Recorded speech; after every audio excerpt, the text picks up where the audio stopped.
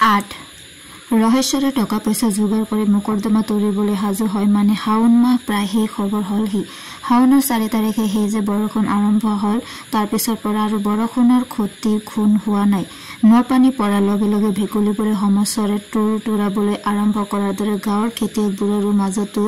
এটা বিৰাট ব্যস্ততা আৰু চাঞ্চল্য জাগি উঠিল পুৱতি নিশাৰ পৰা দিনৰ ভৰ দুপৰলৈকে ওচৰৰ আটাইকেইখন পথাৰ হাল বোৱা মানুহৰ চিঞৰ বাখৰেৰে মুখৰিত হৈ থাকে হে ঘূৰ এই মৰাটো কটা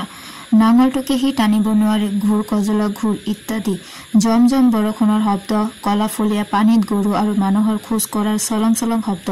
হালোৱাবোৰৰ মুখত হে ঘূৰ শব্দ সকলো মিলি এটা অদ্ভুত সুৰ সমলয় খেতিয়কৰ জীৱনৰ ছন্দত যেন এটা নতুন উন্মাদনা জগাই তুলি দিন যায় মানে ৰহেশ্বৰ যন্ত্ৰণাত পাগল হৈ উঠিল বৰষুণৰ পানী পাই ৰখাল আৰু কোমল হৈ উঠা তাৰ মাটি ডৰাই দুৰ্নিৰ্বাৰ আকৰ্ষণেৰে তাক টানিবলৈ ধৰিছে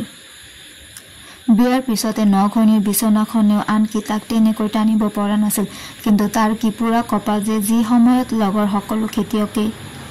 মনৰ উলাহিৰে ৰাতিক দিন কৰি হাল বাই মাটি বোকা কৰিছে হি সেই সময়ত চাব ডেপুটি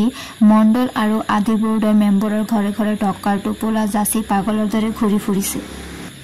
বৰং ঘূৰি ফুৰাটোৱে বেছি ভাল যিখিনি সময় হি ঘৰত থাকে সেইখিনি সময়ত হি আৰু বেছি পাগল হৈ পৰে ৰাতিপুৱা হি পিৰালিতে পিৰা এখনত বহি উদাস দৃষ্টিৰে সন্মুখৰ আলিবাটলৈ চাই থাকে তাৰ চকুৰ আগ দিয়ে এটাকৈ গাঁৱৰ মানুহবোৰে গৰুবোৰক প্ৰায় দৌৰাই পথাৰলৈ ঢাপলি মেলে পিৰালিত ৰহেশ্বৰক জুপুকা মাৰি বহি থকা দেখি কোনোবা একোটা বিশেষ একো নভবা নিচিন্তাকৈ হঠাৎ চিঞৰ মাৰি প্ৰশ্ন কৰি উঠে কিহে ৰহকাই কিবা অসুখ হৈছে নেকি হাল বাবলৈ যে ওলোৱা নাই ৰহেশ্বৰে একো উত্তৰ নিদিয়ে অৱশ্য তাৰ উত্তৰ শুনিবৰ কাৰণে কোনেও বাট চাইও নাথাকে কিন্তু মানুহবোৰৰ হাল বাবলৈ যোৱা দৃশ্য আৰু সিহঁতৰ প্ৰশ্নে ৰহেশ্বৰক যন্ত্ৰণাত পাগল কৰি তোলে দাঁত মূৰ কামৰি সি নীৰৱ আৰু নিশ্চল হৈ বহি থাকে মাজে মাজে একোজা খজৰ বতাহ বৈ আহে সেই বতাহত সি কুকুৰৰ নিচিনাকৈ এটা পৰিচিত গোন্ধ অনুভৱ কৰিবলৈ চেষ্টা কৰে পথাৰৰ বোকাৰ গোন্ধ গেলা ঘাঁহৰ গোন্ধ বৰষুণত ভিজি হালোৱা গৰুৰ গাৰ পৰা ওলোৱা গোন্ধটো নাকত লগাৰ লগে লগে ৰহেশ্বৰ আৰু বেছি পাগল হৈ উঠে তাৰ একোবাৰ এনে ইচ্ছা হয় যে কাৰো একো বাধা বিঘিনি নামানি সি যেন পথাৰত হাল জুৰিবলৈ আৰু সনাতনে বাধা দিবলৈ আহিলে তাক কপি দাৰ একেটা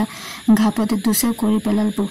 কিন্তু তাৰ এই মাৰ সাহস বেছি পৰিস্থায়ী নহয় নৰহত্যৰ অপৰাধত সি যদি ফাটেকত পচিবলৈ হয় তেতিয়া এবাৰ আমাৰ ডিমা ল'ৰা ছোৱালীৰে সৈতে ঘৈণীয়েকজনীৰ কি আলাই আথানি হ'ব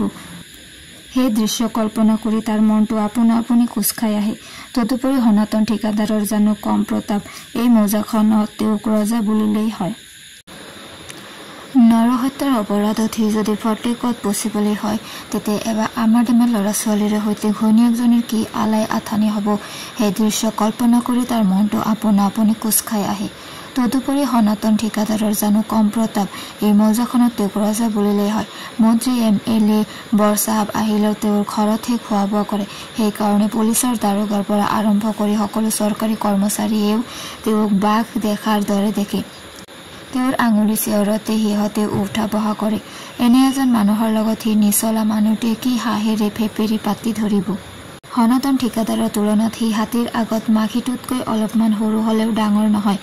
কৰিবলৈ একো উপায় বিচাৰি নাপাই ৰহেশ্বৰে নিজৰ মঙহৰ নিজে কামৰি যন্ত্ৰণাত ছটফটাই থাকে তামোল পাণ এটা আৰু পইচা 4 অনালৈ ৰহেশ্বৰে এদিন দলৈচুক গাঁৱৰ জনাৰ্দন বাপুৰ ওচৰত ভাল দিন এটা চোৱাবলৈ গ'ল বাপুৱে পাজি পুথি চাই সিদ্ধান্ত দিলে যে 29 শাওনৰ বৃহস্পতিবাৰটো মোকৰ্দমা তৰিবৰ কাৰণে ভাল দিন সেইদিনা মোকৰ্দমা তৰিলে তাৰ জয় হবই হ'ব সেইদিনা ৰাতিপুৱাই গা পা ধুই সি ভগৱান সত্ৰৰ গোসাঁই আৰু নপুৰুষৰ উদ্দেশ্য সেৱা এটা কৰি চাব ডেপুটি হাকিমৰ কাছাৰীত গোচৰ দিবৰ কাৰণে ঘৰৰ পৰা যাত্ৰা কৰিলে ৰহেশ্বৰৰ ঘৈণীয়েকে গিৰিয়েকক নজনোৱাকৈয়ে মনে মনে সংকল্প ললে যে মোকৰ্দমা জিকিলে তাই আই কামাখ্যালৈ এপাহ সোণৰ ফুল আগবঢ়াব